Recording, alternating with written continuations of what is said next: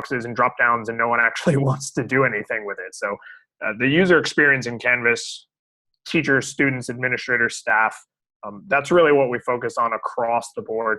And what I would love for you all to focus on as we're taking a look at some of these tools. We're definitely going to spend some time on some highlights. I know there's some things in particular you all are interested in that I want to make sure we have time to hit on. Canvas is a big platform. It's got a lot of tools and capabilities that it can have if you want to really push its boundaries. And then beyond Canvas, there's a whole universe, right? Galaxies and galaxies of third-party tools that can be integrated into the platform to extend what it's capable of. So we definitely won't have time for the whole universe today, but what I do want to touch on are some of these course design, course building things, feedback loops I know are very important in the kind of work you guys are doing, and also some of these collaborative tools that are in there as well. So before I jump in, any quick comments before we get going? All right. So what you should all be seeing right now is my dashboard. So when you log into Canvas, everybody gets the same dashboard because we customize this automatically for you. So you see the courses that you're currently enrolled in, and because everyone just has one Canvas user account, that means you're going to see courses you're in as a teacher, courses you're in as a student, because you can be those things at the same time, right? So for someone like myself, where I kind of walk in multiple spaces and I wear multiple hats, I might be teaching one course and an instructional designer in another course and a TA in a third course and then a student in a fourth course doing some professional development. So having just one account means I don't have to log in with different usernames and different passwords, and Canvas just shows me the things that are relevant to me. So what I'm seeing right here are all of my current courses. I can always go to my list of all of my courses and go see, courses that I was in previously. Regardless of my role, I can go back in that history. But right here on the dashboard, I'm getting a lot of information presented in a really nice way. It's easy to consume. So each course gets a tile. I can see the name of those courses, but I can also give them little nicknames. So I can say, like, my favorite course. And I can make it, because red's my favorite color, right? And then that nickname's just for me, right? And that color is just for me. And that color, you'll see as we look at some of these other tools, goes across Canvas. So it's there in the calendar, it's there in the free mobile app. So if you're looking at your courses on your smartphone or your tablet, you're going to see that same color. So I'll always know that my favorite course and that red color go together, right? And then my students, my peers, my co-teachers, whoever else might be in that course with me, they can set their own nickname, they can set their own color so that they have that customization when they're looking in the calendar, when they're looking on their mobile apps as well. Over here on the right side, I've got this automatically created to-do list. And what we're doing here is we're showing you, as an instructor, work that has been submitted that you might need to go in and evaluate, maybe an assignment that needs to be graded, some quizzes that were submitted that have essay questions that couldn't automatically be graded, discussions with new posts. And as a student taking one of these courses, I'm going to see work that I need to turn in. Maybe I have a quiz due on Friday and then a paper due on Monday. Those things will show up here on my to-do list. What I really love about how this is designed is that we don't want you to have to micromanage this to-do list. We just want to show you information that's useful when it's useful, which means as an instructor, if I come up here and I click on this to-do item, it takes me directly to the grading interface. I don't have to go into the course and figure out where this assignment is and figure out who made a submission. It'll take me right to it. And then once I've graded that, this item comes off the to-do list automatically. So I'm never having to micromanage this. Once it's no longer relevant, it comes off. And for my students as well, once they've turned in that assignment, once they've taken that quiz, once they've posted to that discussion, that item's going to come off that to-do list automatically. So before we look at a specific course, another kind of global element here is the dashboard. So I'm going to go back in time a little bit to a month with some work in it. And if I turn on a few of my courses, like my favorite course, my Intro to Psychology course, you can see that just like an Outlook calendar or a Google calendar, this is going to automatically put all of my course materials with all their dates side by side right here on the calendar. And you can see those colors came across just like I mentioned before. So let's turn a couple of these off and just see my Intro to Psych course. So as a student who's taking this course, it's really nice to see where all these items fall. When is my final? When is my assignment due? When do I have to post to this discussion? There's these friendly little icons that you'll see across Canvas. So I know this is a quiz because it has the little quiz icon. I know this is a discussion because that has the discussion icon, assignments, and so on, right? So it's very easy to see not just that there's an item, but what it is, what it's called. And then if I need more details, I can expand this. So now this is an assignment. So I'm looking at the instructions for this assignment. I can go directly to it. But as an instructor, I may want to edit or delete this item, which I can do from right here on the calendar. So I can just say, oh, I see a typo, or I want to update these instructions. I can go directly in. And more importantly, if you're like me, if you're like a lot of instructors and you are thinking about your course in kind of a chronological way, what do I do during week 1? What do I do during week 2? And so on.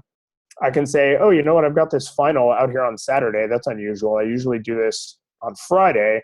I can just click and drag this down here. And now that due date's been updated. So my students' to-do list is updated. Their calendar is updated. The syllabus has been updated. Anywhere in Canvas that that date shows in the mobile app and the modules, I know that they now see the correct date. So instead of having to go back and check this in 10 different places to make sure that I updated it, I can see that I've made this update in one place, and that's going to automatically kind of populate out.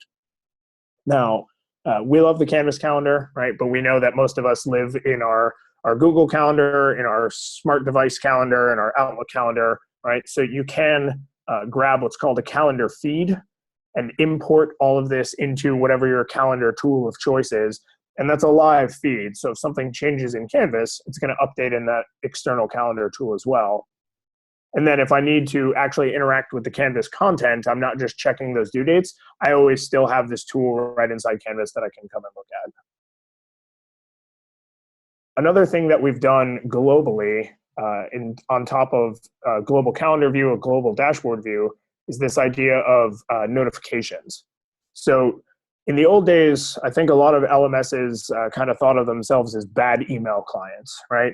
So they had half the features of Outlook and they were about 1/10 as pleasant to actually use. And they were trying to allow you to send email because email was really the only way we could communicate with people for a long time.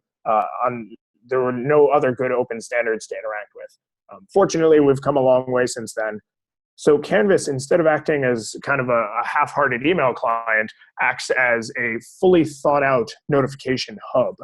And what that means is Canvas activity always lives in Canvas. But students, instructors, TAs, instructional designers, anyone enrolled in a course can then choose to be notified of Canvas activity at a variety of different places. So by default, everyone's going to have their institution assigned email address or whatever email address came along with their account, right? So you can see I've got my add Instructure email address right here. But I can also add other things like social networks like Twitter and LinkedIn. I can add a phone number if I want to receive text messages. One of my favorites is actually push notifications to the mobile apps. So for our free mobile apps on Android and iOS, I can just be notified directly on my device. And when that notification pops down, if I tap on that, it'll take me right to that discussion or right to that feedback from my instructor or right to that assignment that just had a due date change. So all of these different things that I can be notified about, I can choose to be notified not just at a frequency that works for me, but in a location that works for me.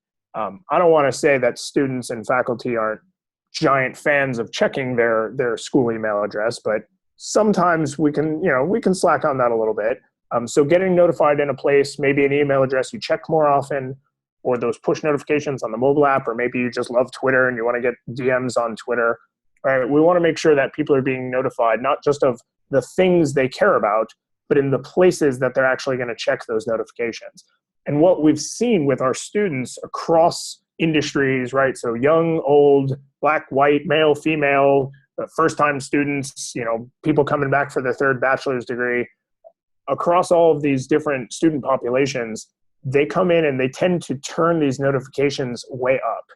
And the reason for that is when someone has an opportunity to actually be notified of things they care about in a place that they're actually going to check, they want to make sure they get as much useful information as they possibly can, instead of feeling like they're just drowning in emails that maybe don't apply to them or that an email address that they never check. So this kind of student-centered user experience, this sort of autonomy and taking control of what is important for them to be notified about, has shown tremendous success. And then, of course, since Canvas is acting as a notification hub and not just sending emails out, even if all of these notifications are turned off, when a student comes in, when a teacher comes in, when an instructional designer comes in, all of that information is still here and available to them in Canvas. So nothing's ever lost, regardless of how those notification settings might be set up. So let me jump into a specific course here. This is my Intro to Psychology course. You'll notice that right when we came in, we landed on the syllabus, and that's because I've set the syllabus as the homepage of this course.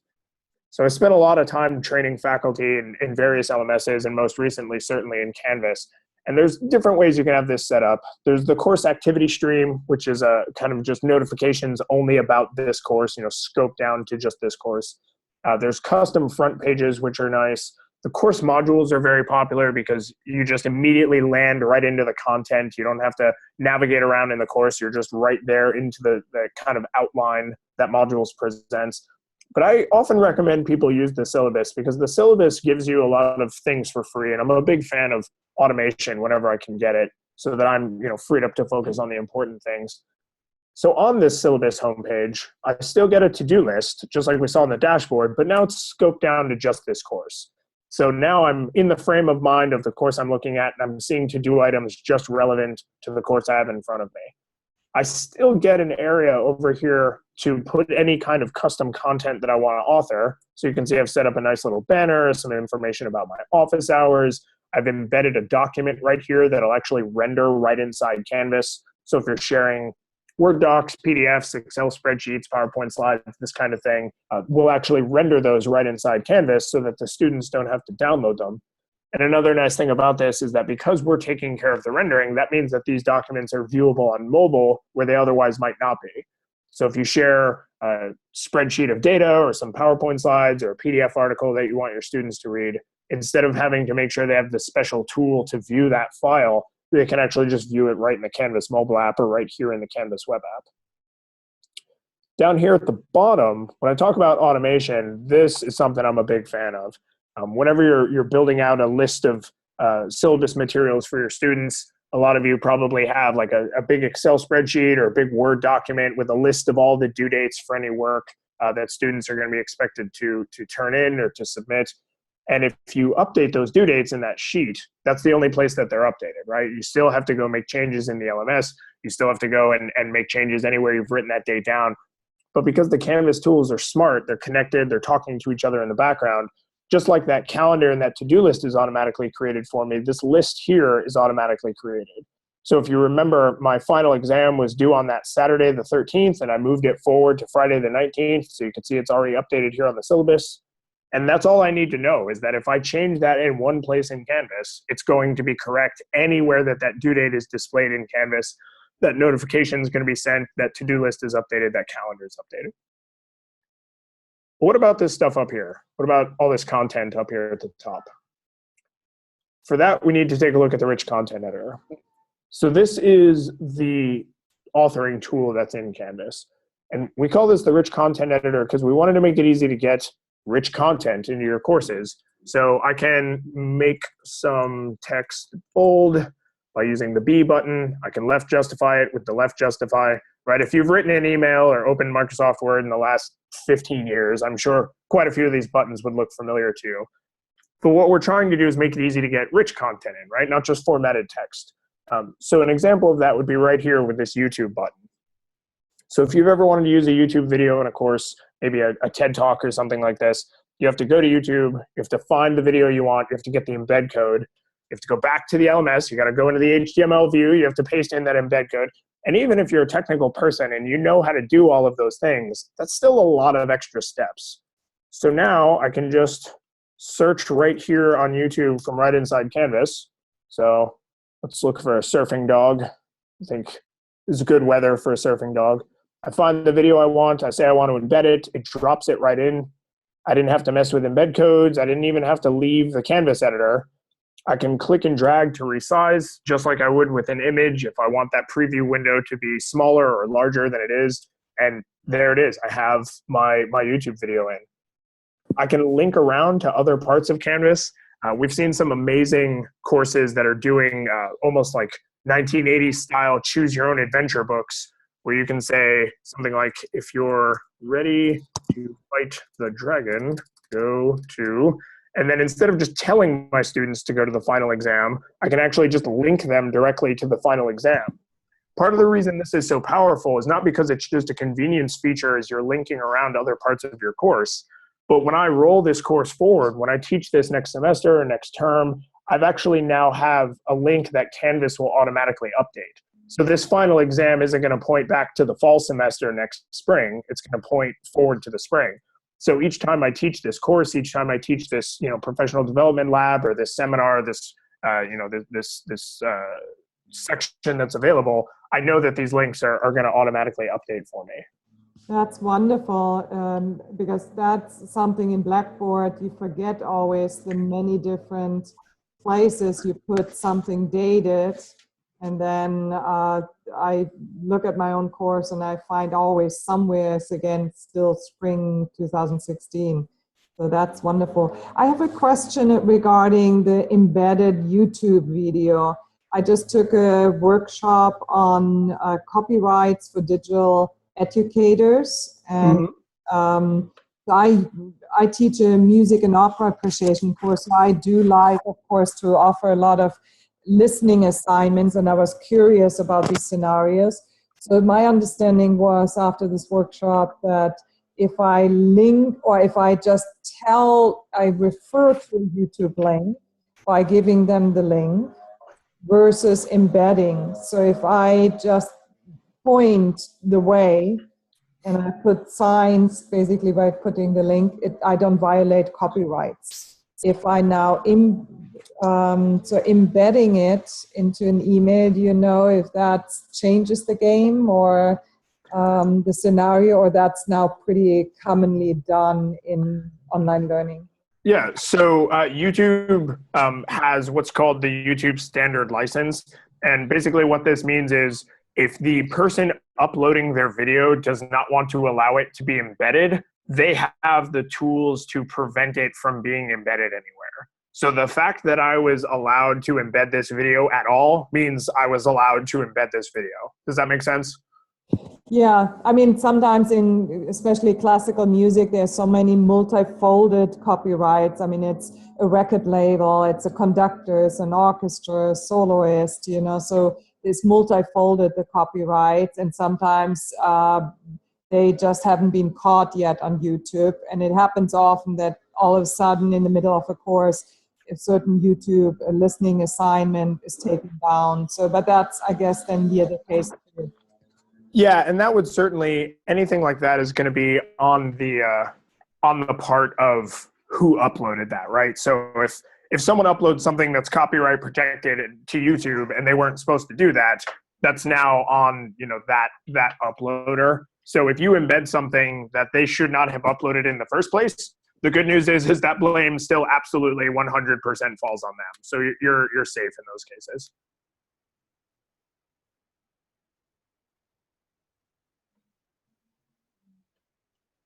The next thing up here is the files. So we saw how I can link to a file right in my content.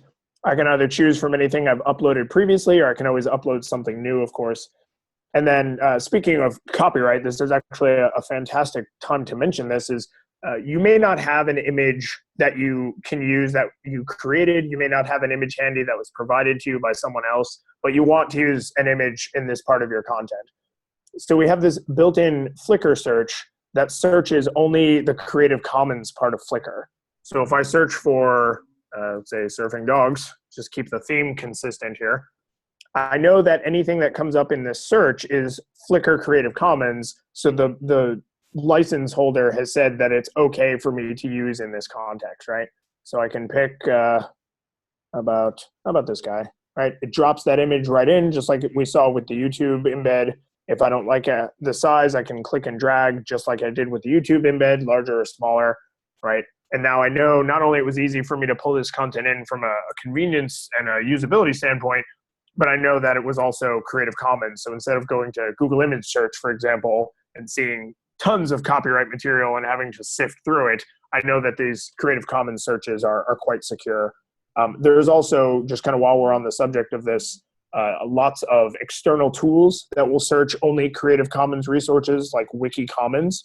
And if you integrate those tools into Canvas, they will show up here in the rich content editor just like these other tools. So you can use these third-party tools integrated into Canvas, and they can be integrated in such a seamless way that they just feel like a completely native part of the experience. And then the last one that I'll kind of highlight here is what we call the media recorder and uploader. So if I don't have a YouTube video, or I just want to do like a little talking head right into Canvas, I can use my built-in webcam and microphone. And hello, folks. And say, hello, students. Make sure you read the entire syllabus. It's all really important. And then when you're done, go up there to the modules, because that's where all the real content is anyway. And then if I'm happy with that video, I can save that. And then it'll drop it right in. If I have something that I already pre-recorded or something that was provided to me, I can use that same tool and just switch to the upload button, and I can upload something that I've already pre-recorded instead of recording something right in. And then if I save this, let's just give that video a second to render since I am on my mobile hotspot here. If I come down and look at the content, I've got my YouTube video, I've got my link to my final exam, my surfing dog, of course, and then that video that I just recorded. And I do want to just highlight here with this YouTube video, you'll notice when I hit play that it started playing immediately. So our YouTube embed tool actually strips the pre-roll ad, and it also strips the recommended videos at the end, so that you can feel a lot more confident when you include something, you know, like a recording of a symphony, like a TED Talk, that your students are not going to be tempted to switch to Geico insurance when really they should be engaging with this course content, right? So we want to make these things not just more accessible, but also more functional in a teaching and learning context.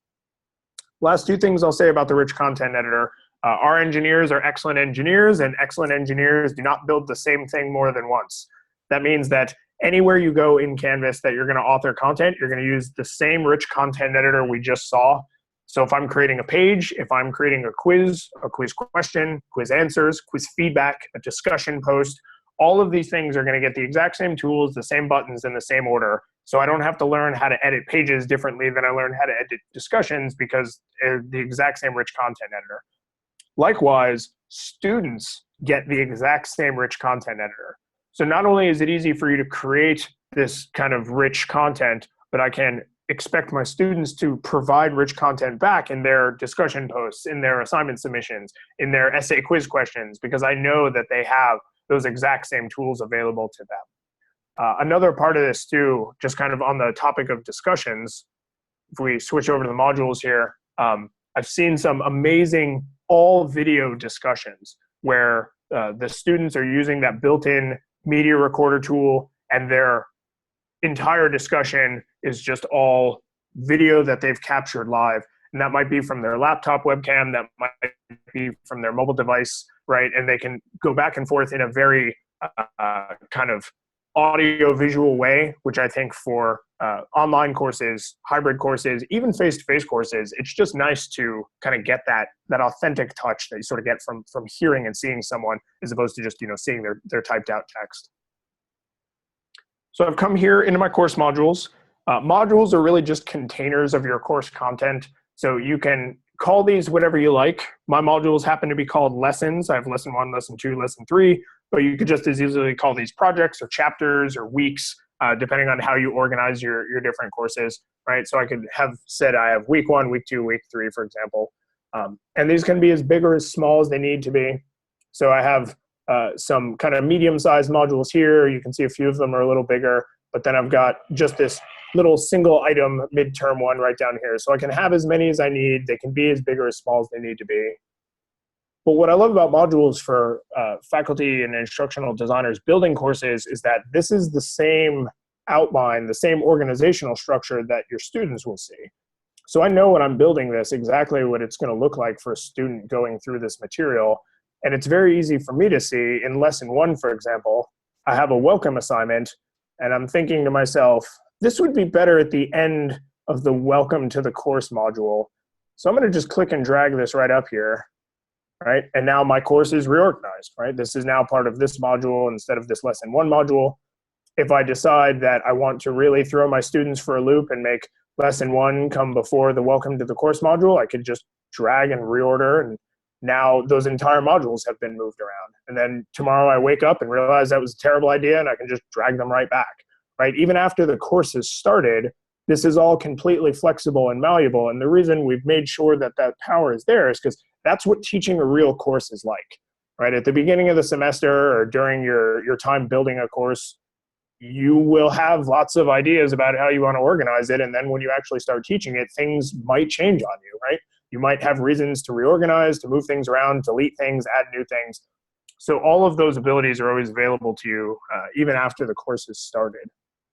Modules also give you some nice organizational things. So when I'm looking at this, I can see, again, those content types. So I know this is an external link. I know this is a page, a discussion, a quiz, an assignment, and so on. So as an instructor building this course, I can say, I want to make sure every lesson ends with a content summary, right? So then I can see, is that the last thing in each of my modules? Yes, it is. Okay, then I'm looking good. If not, I can go back and make those changes.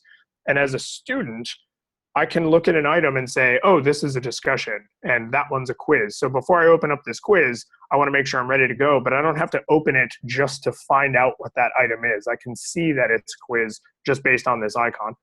Anything with a due date or a score is also going to show up right in the modules. So I can see just by looking at this that this discussion is due on the 8th, this critical thinking homework is due on the 12th, right? So it's a lot of information, but just like on the dashboard, we're trying to display it in a way that's very easy and very quick to consume. You can also, with modules from the instructional designer faculty side, do some very clever things with what we call prerequisites and requirements. So if I want to have my students proceed through the course in a very, very linear way, I want to require them to do each thing in order, I can set up these prerequisites and requirements and then require that the students go through in that sequential order. And now, not only do they have to go through this content, but they have to go through it in the order that I've set it up, as opposed to being able to move through more freely. If I don't want to restrict them in that way, but I want to make sure that they meet certain requirements, I can say they have to maybe take a quiz, or maybe I want them to submit this discussion. And because it's a graded discussion, I want them to get at least an 8 out of 10 before they can move on. So I can control this in such a way that I'm saying I want my students to move through in a certain order or at a certain time, or after they've proven a certain amount of mastery once I've given them feedback. And I can use these things in combination, or I cannot use any of them if I don't want to. But the point is I have quite a bit of control here over how my students are going to be accessing this material, when and in what order. And these are the prerequisites and requirements as they exist right now in Canvas. But as some of you may know, Canvas is always updating, right? We actually update Canvas every 3 weeks. And what that means is we can do lots of small incremental updates so that it's always getting better all the time, instead of gigantic 24-month version packs where nothing changes for 2 years and then all of a sudden everything is completely different. Canvas is just continually getting better, continually growing and improving. And the prerequisites and requirements as they exist today are quite good. But just in our next release, we're releasing something called Mastery Paths. So you'll see this, I think, Saturday after next, which is taking the idea of prerequisites and requirements and really supercharging it into a kind of adaptive learning, where I can say if a student gets an 8 out of 10 on this quiz, give them this content page with a fun video of a surfing dog as a congratulations. But if they get a 5 out of 10, send them back to this remedial content and don't let them go on until they've gotten an 8 out of 10, right? So now I can set up these more complicated adaptive paths, and then my students will move through the material by following the branch that makes sense for them based on their performance. And David, about the updating, I'm so happy to hear this. And I remember a year ago when, I think in October of 2015, when you guys were presenting at North City campus, an online summit, it wasn't possible yet to send notification from the course shell to students' private emails, so outside of the course shell. So students have to be logged in order to get notification. And I'm so happy that obviously you solved this. So this was one of my concerns, but I'm so happy this has been addressed and fixed. Yes, and those are exactly the kinds of things that I don't want to have to wait 2 years to make a change like that, right? I want that change to be available to faculty, to instructional designers, to staff, to students the minute it's ready to go. And that 3-week rolling release cycle allows us to do that. And I should say, as an aside too, to those of you who may be a little bit more familiar with the 18-month, 2-year release cycle, that we are doing what's called a no downtime update, right? So these updates that are happening every 3 weeks, these are happening seamlessly in the background. These are not happening in such a way that you have to take down, Canvas. These are completely transparent. The system is not going down at all. And then that means that you are just basically ready to go as soon as that new feature is available, that change is there, that improvement is in. It's there and ready as soon as it's ready. Which reminds me, so with no downtime, so I noticed that in Blackboard, I'm trying to avoid to design or load anything on Monday mornings, because if it's midterm time and we are in the same boat with our sister colleges, the credit colleges, and it's Monday morning and all the students are frantically logging in to Blackboard for the tests and assignments. So there are sometimes traffic jams in the virtual world too. So how does Canvas handle this? So we are a huge district, lots of online students, continuing education. We are small, but we are part of a bigger institution. And so is that an issue, do you know, of big, larger campuses and multi-campuses institutions? Yeah, so Canvas is a true cloud platform. And what that means is we're hosted on Amazon Web Services as our cloud infrastructure. And everyone is actually using the same version of Canvas. So just like we all have the same version of Gmail, we all have the same version of a service like Twitter. Everyone is on the same platform. And that means we're thinking of scale in the tens of millions of simultaneous users logged in, right? We routinely have hundreds of thousands of simultaneous users in Canvas at the same moment, right? This isn't over a month or 6 months. This is minute to minute, right? Second to second inside of Canvas. And we have the infrastructure behind us to support that many users. We have the application designed in such a way that no matter how many people are on, it's always going to be fast. It's always going to be available. We actually have a 99.9% uptime guarantee that we're given from Amazon that we pass directly onto our Canvas users. And we publish our uptime, what we're actually hitting, right? Are we meeting that guarantee or not? And we make that publicly known. And over the last 12 months, because we keep track of this on a rolling 12-month schedule, over the last 12 months, we've actually been hitting over 4 nines.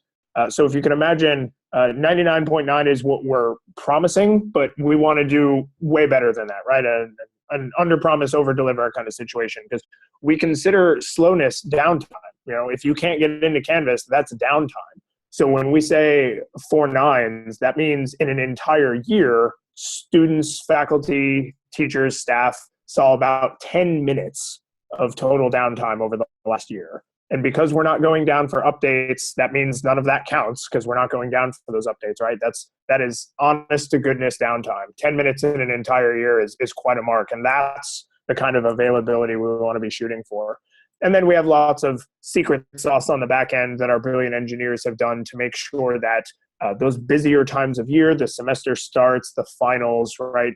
Because we know from history and from tracking this information when those busiest times in Canvas will be, that we make sure that the resources are available so that during midterms, when things have maybe slowed down a little or over a summer semester, Canvas is exactly as fast and available as it is right at the beginning of the term when everybody's logging in and everybody's checking out their courses. It should always be fast, always be available no matter when it is in the school year. That's great. Thanks. I'm curious, you said it's a rather large district. Do you happen to know off the top of your head about what kind of size you're talking?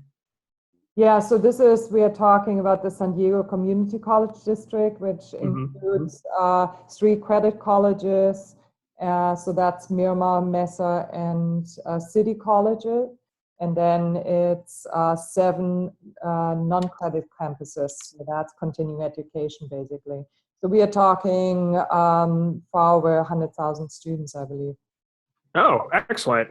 Yeah. Okay. So, yeah, I mean, this is exactly why we have to be architected this way, because if 100,000 people all want to get on the Canvas at the same time on day one, we need to be thinking at that scale, right? So we're trying to way overshoot that scale so that, another 100 users, another 1,000, 10,000, or 100,000 are just all using Canvas as if they were on it, essentially all by themselves and getting that same level of performance. Yeah.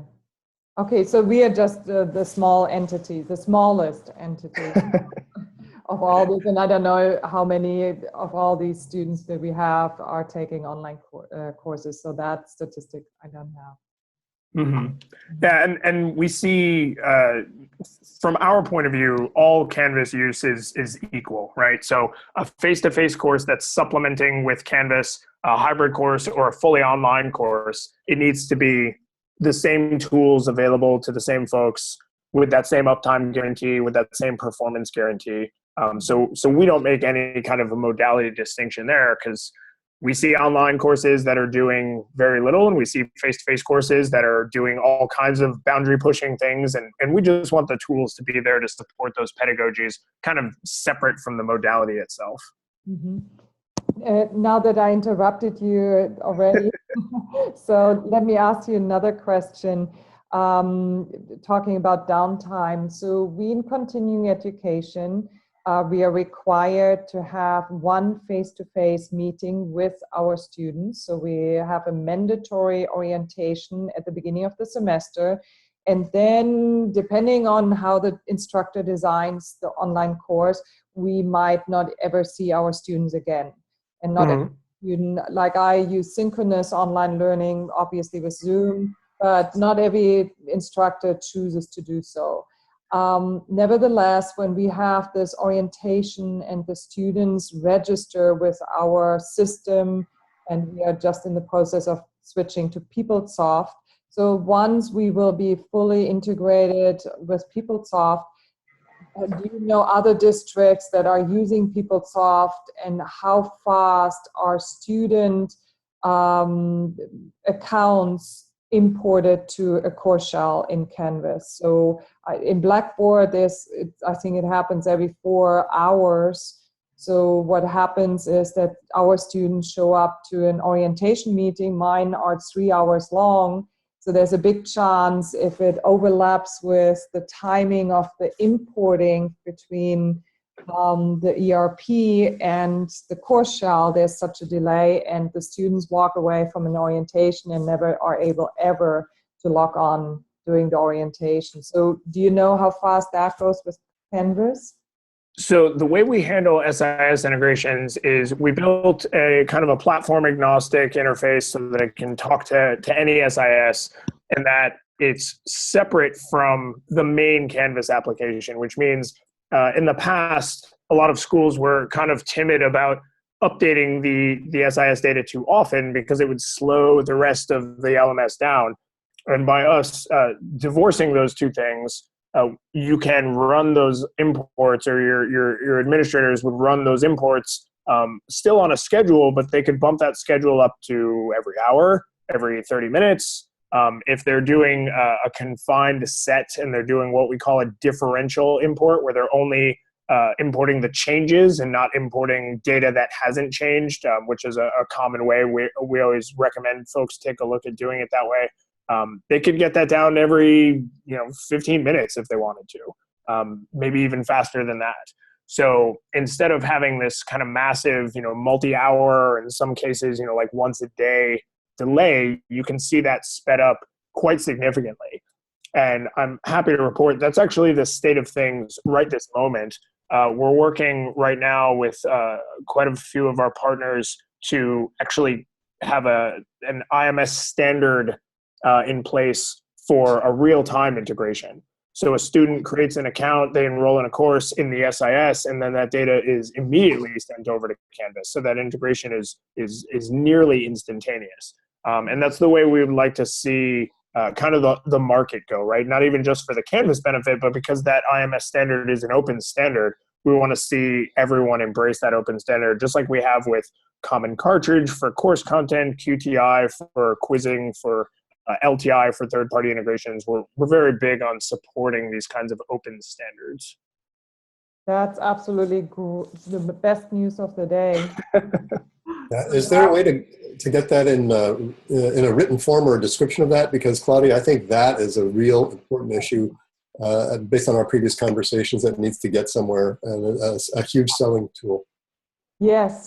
So David, if you wouldn't mind just this question and to send me that via email, I would love to share this with our administration, because we have been struggling in continuing education with that fact quite a bit. So we have new students coming to an orientation, and then they're not once able to log on to their course shell ever during that orientation. So it's kind of counterproductive.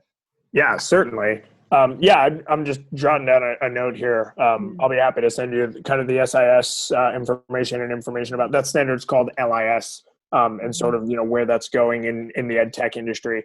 I will say, just as an aside, when it comes to Canvas and integrations with these SIS systems, we recognize that there are going to be edge cases. For example, I have a co-instructor that I want to add to a Canvas course, and they are never going to be in the SIS. They're just not ever going to get a record there. Or I want someone to be enrolled right this second. I cannot wait 15 minutes. I need them to be enrolled right now. So there are tools in Canvas that are available to optionally to teachers, right? So that's a decision you guys would make. And then also to administrators to handle these edge cases, to do these things manually. So I have the bulk of my data coming over automatically, but I can also say, I need to create this account and need to enroll them right now, right? So you can, fill those gaps when that automation isn't meeting your needs. And more importantly, when the automation is not the right tool. If I have a course that's not tied to the SIS and I want to enroll users that are not tied to the SIS, I'm not going to put that data into the SIS. I need to still be able to create them manually. And Canvas is intelligent about not letting the automation undo any of the work that you've done manually. So we have a priority way that we can separate those things so that your manual problem solving, your manual cases, your edge cases are not overridden by your automation that's handling the majority of those course creations, those user creations, and those enrollments. Fabulous. That's great news. Thank you, David. And also, Glenn, good point for pointing out that we need that in writing. So, because it's really, that would solve a lot of our problems in continuing education. Yeah, no, I'm with you. I want to make sure you have, the information to take back to folks that have these concerns, right? If we have a good solution to their problem, I want them to know we have it too. Mm-hmm. Yes. Yes. So I see we're coming up on the top of the hour. I know there's a few things that were kind of a higher importance to you all. So I think I'm actually going to skip talking about assignments. But what I will say here is that assignments in Canvas can, the description, right, your instructions can use the same rich content editor we saw before. Students have a variety of ways that they can submit their assignments natively in Canvas, file uploads, they can author content directly in. They can use lots of third-party tools that support assignment submissions as well. And the grading interface, which we'll see in a moment in the discussions, is actually uniform. So the assignment grading interface, the quiz grading interface, the discussion grading interface are the same. So you only have to learn one grading interface, what we call the speed grader, just like you only have to learn one rich content editor.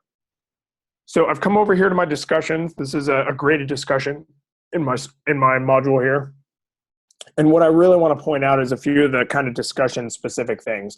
Because I already mentioned the rich content editor, how easy it is to include videos, to include images and links and all the things that I can have anywhere else inside of my discussion.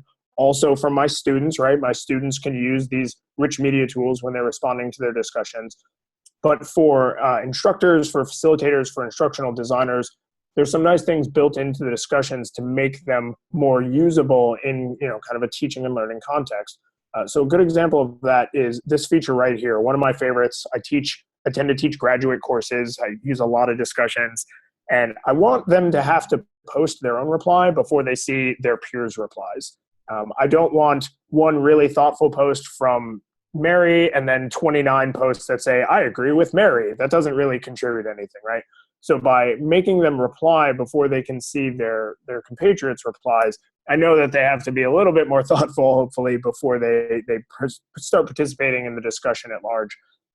They can also optionally be graded or ungraded, so you can use discussions more openly, or you can use them as assignment. And then we added, not that long ago, this ability to like a discussion.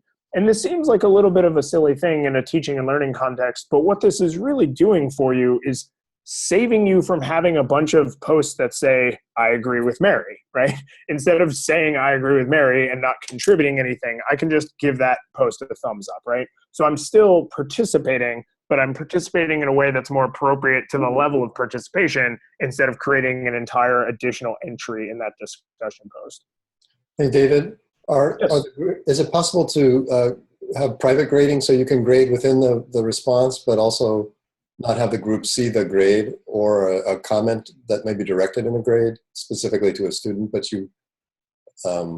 Yeah, so you don't want to, you mean instead of just replying to the discussion and saying like, hey, this was not very thoughtful? Right, or both.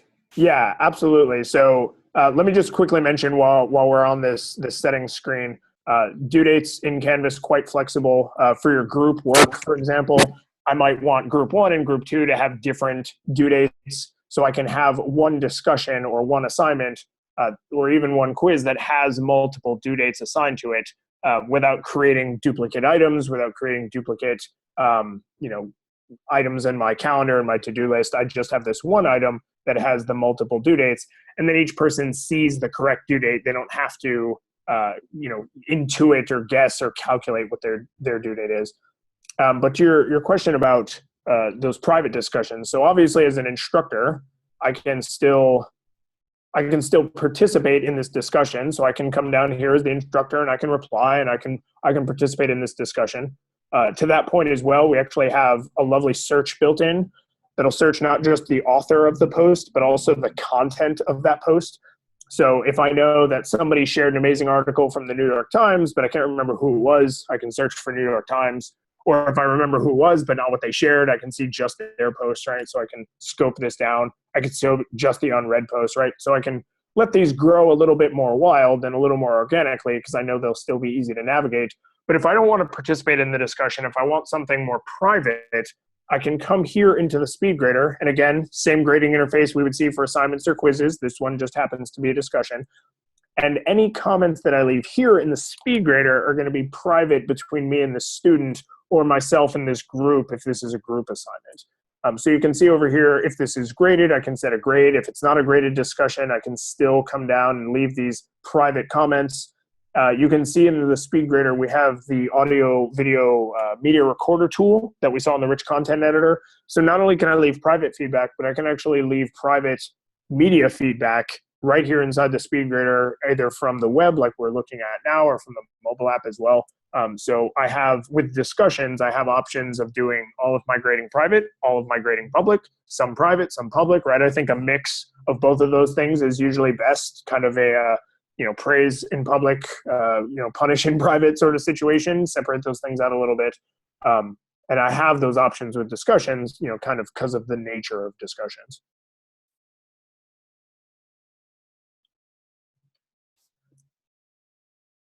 So I've jumped out of my course content. I've gone into the settings here. Most of this is going to just come over automatically from that SIS integration. So the course name, the short code, when it starts and stops, that's all information that's in the SIS that comes over automatically when the course is created. So these are not things you have to come in here and manually configure. But there are a few tools in here that I want to kind of highlight. One of them is over here, the apps. So I know that you all are using Zoom. I recognize it because we're using it right now, but I'm also a big fan of theirs. And Zoom has an LTI that will integrate the Zoom tool into Canvas, and it handles deploying and permissions for you so that you can just create a Zoom meeting and it's shared with the right people kind of automatically. And what you're seeing in this list is, I think, just over 250 different LTIs, these external tools that can be integrated into Canvas. Some free, some paid, some from very well-known companies, some from small independent developers that just want to contribute back. But what's important to understand about this list is even though there are approaching the 300 mark on how many tools there are, this is just the tip of the iceberg. Anybody can build an LTI with Canvas. We don't gatekeep or pay to play or anything silly like that. Canvas is an open platform, which means anyone is free to build an integration, and they are not required at all to put it into this list. We have this list here so that it's easy for you all to see some of what's available, but because it's an open platform, that means it's open for anyone to build an integration that they like. So this is a large list and growing every day, but really there are hundreds, if not thousands, of other tools that you would never see in this list because they're just unique to a specific campus, or that someone built for themselves, or that it's an edge case for somebody's specific course. The sky's kind of the limit on integrations.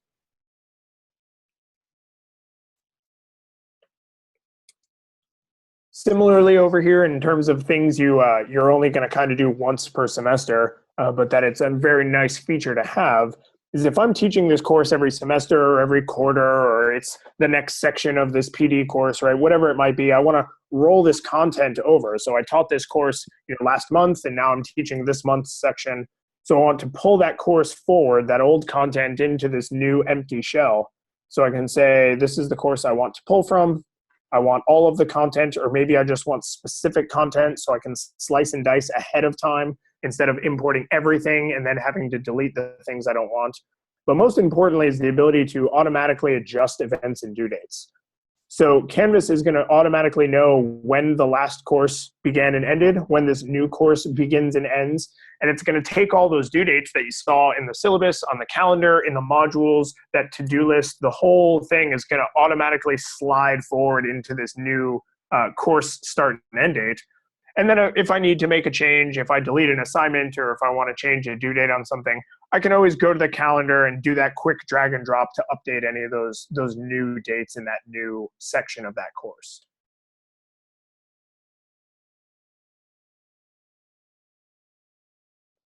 And then the last thing I want to highlight here in my course settings is what we call the student view. The student view, I think, is important because you're building a course, but you want to know, what is it actually like to take this course as a student? If I didn't know what I know, would this course make any sense? And instead of calling your technical people and asking them to enroll a fake student, or going through and just imagining what it would look like if you weren't a teacher, you can actually go into this student view. And now you can see my navigation has gotten quite a bit shorter because most of those items were hidden from the students. I could see them as the instructor, but now I'm seeing the navigation as the student will see it. I'm seeing my content here exactly as the student will see it. But more importantly, I've actually been transformed into a test student. That means I can take quizzes, I can submit assignments, I can post the discussions even if I want to. I don't have to guess at all what this student experience looks like because I can actually live my own course as a student, and then I can switch back to being an instructor, give myself feedback, then switch back to being the test student and see what it looks like to get feedback from my instructor. So you never have to wonder, what is this course like? What is this student experience like? You can actually go through all of your material and really live it. And then you see, if I come down to my later lessons here, my test student has not completed these prerequisites and requirements to open this up. And then if I complete those, this material will open up. So you never have to wonder, does this work? Did I set this up the way I think I set it up? What does it look like when this is locked to a student? Because you can always go into that view and see exactly what that experience is like.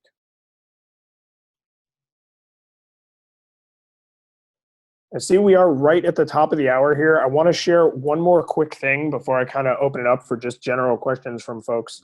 When we're building a course, we like to base it on research. We want to test that course in the student view. We want to get feedback from our students. But data speaks volumes, right? And we want to make data available to you guys so that you can make informed decisions about your course design, about your course interactions with your students. So every course has in it these course analytics, and these are available to the instructor. This isn't something you have to have any kind of admin privileges to see. And when I look at this, I'm seeing activity over time, participations, and page views. I'm seeing submissions over time. So you can see most of my fake students have been very lazy. They're not turning in their work at all. But I can see some yellow where there were some assignment submissions that were late, and a little sliver of green where some things were actually turned in on time. And this gives me a good trend idea, right? Is there too much of a workload in this course? Are students missing assignments? Are they mostly late? If they're mostly late or missing, why might that be? Is there something in my course design that isn't as clear as I thought it was? I can see a grade breakdown, right? The upper and lower bounds, as well as how the majority is performing.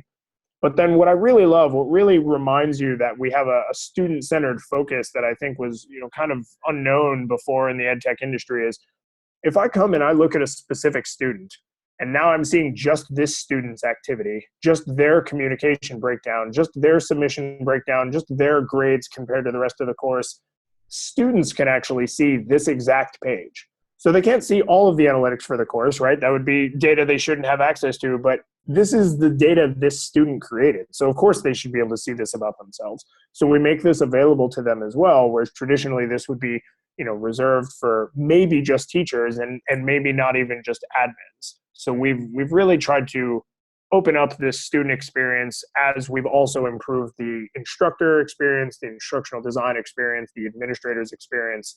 They're all users of Canvas, so they all deserve the same amount of attention to detail.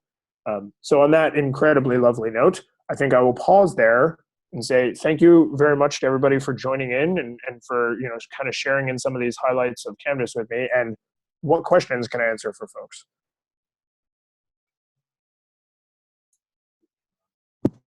Maybe I should unmute everybody. So here, I'm unmuting you all. So just watch that we can hear all your background noise. Please don't have any questions. Yeah, so go ahead. Hey, Dave, I just have a couple of specific questions. Is there feedback notifications? If you provide feedback in a grade, students get notified that there is specific feedback? Yeah, they sure do. Yeah, so we actually give them a separate recent feedback notification from their to-do list so that it's very obvious when they've gotten a grade, when they've gotten discussion feedback, assignment feedback. Yeah. And then a second quick question. In the insert content item, and when you're building a course, I noticed that I couldn't find the ability to search files in the file list. You just have to scroll through alphabetically. Is there a search capability in that content editor? I can see to search your files here in the Files tool? No, when you're actually building content in a content editor window. Like let's say over in the sidebar, you mean? Yeah. No, that's true. So because that's a little bit more constrained real estate, one of the things that's not surfaced there is that search tool. So you would have to look for it in this particular window and then remember where it was and import it that way. Yeah, so you would want to have some sort of a hierarchy. You can see I've got like a little bit of a nested hierarchy here to help organize things a little bit if you have a large number of files. Just because in that rich content editor view, that search isn't included. But that's actually, I think that's very smart feedback, though. I'm actually going to dig into that a little more after our meeting here. Great, but showing me this file search fee, I've imported a course. It's like 250 megabytes. Mm-hmm. A lot of my stuff is visual. It's not structured in a traditional course way. And so I'm trying to rely on finding some of those images. And so that was just an issue that I came up with. And then the last quick question is there a text editor? Sorry, that to the specific use case you just noted, I want to just show you something else here that you may not have come across. So images are definitely a kind of file, and they will definitely show up here in this files list, right? So if I look in my images folder, I can see these images as files. But if I go to the images tab, I can see a preview of any of the images in my course. Oh, perfect. Yeah, so if you're looking for images specifically, this is going to be a way easier way to navigate than trying to remember where it is in the file hierarchy. That's a huge help. Love it. That's awesome, David. The last quick question is there a way to edit the titles of the color of a title of a course? Sorry. So you mean like where this says Intro to Psychology? Is there a way to edit that? Yeah, and so that it appears in modules, you could have all of your specific courses in a specific color, for example. Oh, so sorry. I want to make sure I understand. So do you mean on the dashboard you want to change the color, or you want to change the title for all of those courses? So in a course list, in your course listings, there are separate modules. If you could go to that. Right, I'd like to be able to take all of my lesson 1 courses where there are quizzes and make them red. Ah, I see. Okay. No, that kind of customization would not be supported, let's say, out of the box. There are ways you could customize something like that, but we place a really high priority on usability, and the extension of usability is accessibility. And we find those kinds of customizations historically have not always been accessible friendly. So we tend to make design decisions with usability and its close sibling accessibility in mind, and things like that can potentially hamper those. There are ways around it, right? There's always ways to do customizations in Canvas, but you're not going to see a feature like that that's typically natively supported unless through our design process we can find a way to make sure it's not going to interfere with that usability and accessibility that we hold so paramount. So are you saying that text also can't be a different color? Like this right here? No, like lesson introduction to psychology, just the text. That's correct. You would not be able to, out of the box, just change the color of this text. Okay. Yeah. Yeah, and so what you're seeing here, if you remember, I popped into the student view just very briefly. This green that you're seeing is actually to signify to you that this has been published. And if I unpublish an item, it goes gray, right? So that I know that's what this color here is denoting, along with this icon on the side. So like if I unpublish this quiz, you can see it's gone gray. That means I know that it's unpublished. So changing the color would also change the usability of this item for an instructor. And when a student comes in and looks at this list, it's actually all a high contrast, branding compliant set of colors, as opposed to using the colors to denote, specific things. How about the font size? My students are older adults, so it's pretty important that the aging eyes can see it, and not all the students know how to change on their own computer the font size. Is there a way how you can control how large something appears on students' computers? So you could globally make all of the text larger. You could just say make all the text throughout all of Canvas everywhere larger. I wouldn't recommend that though, because although that's something that would officially be supported, it's not the best way. The best way really is exactly what you just said of having students with their computer and with their browser set to either the correct resolution or where they're using this native browser functionality. Because just like we want to support these IMS standards, we also want to support these web standards. So my recommendation there would be, if you really don't trust them to use the command plus and the command minus, to include that as maybe part of your syllabus or part of your announcements early in the course, so that they know those are options. And then kind of as a last resort, globally making everything in Canvas larger. I would always steer people toward using the official zoom and the official resolution, screen resolution, because those are going to perform better across devices, across user needs. Sounds good. Thanks. Hey, Dave, is there a secret button to get previews in the file image area? You mean in the rich content editor? Yeah, because right now I just see little icons. Are you in that images tab? Not the files tab, but the images one? No, I'm in the files tab, so images specifically only. Mm-hmm. Yeah. So we wouldn't want to preview a little tiny Word document. Right. So we're only previewing images in that images tab there. Thanks. That's perfect. Thank you. So I see it's about 12 minutes after. So who has the last best question, the one they've been waiting the whole time because they knew it was going to be the ultimate final question for me? I don't want to put anybody on the spot.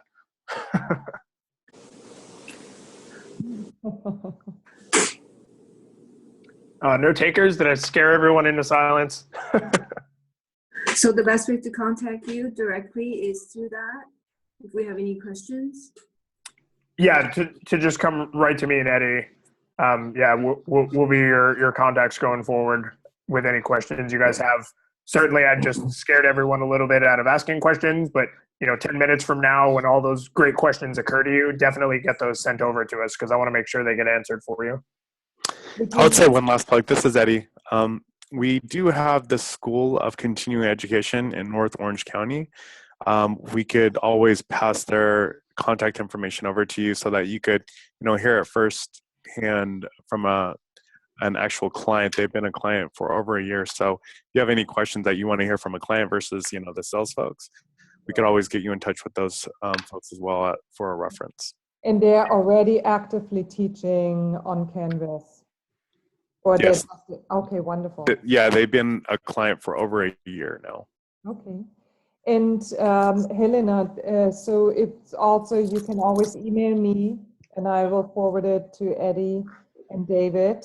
And this way also then I can in the next committee meeting share any of your questions with the rest of the faculty. So right, like as you know, I'm pioneering this piano performance thing, and so starting from designing the course and all the way through, I have a little bit different format than a course that's teaching through the textbooks.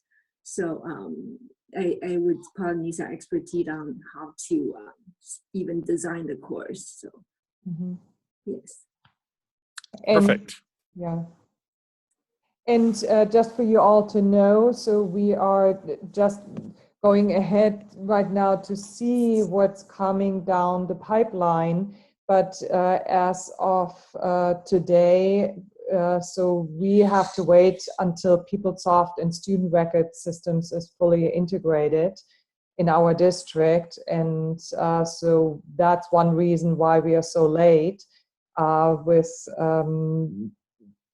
considering Canvas or any other course management system.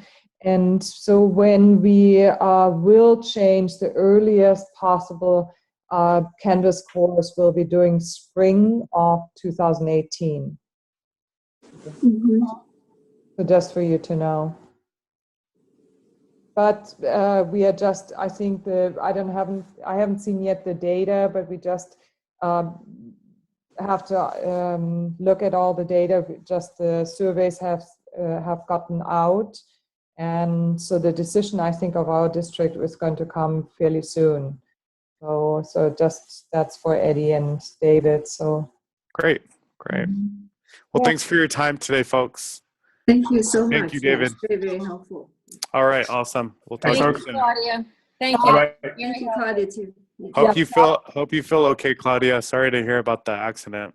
oh, thank you. No, I will be okay. It's painful, but Oh yeah, I bet. I'm sorry. Take care. I'm lucky. Thank you all, and thank you, David, and fabulous presentation. Very insightful. Very welcome. Thank you very much. Thanksgiving to all. Thank you. Yes. Bye-bye. Bye-bye. Happy Thanksgiving. Yes.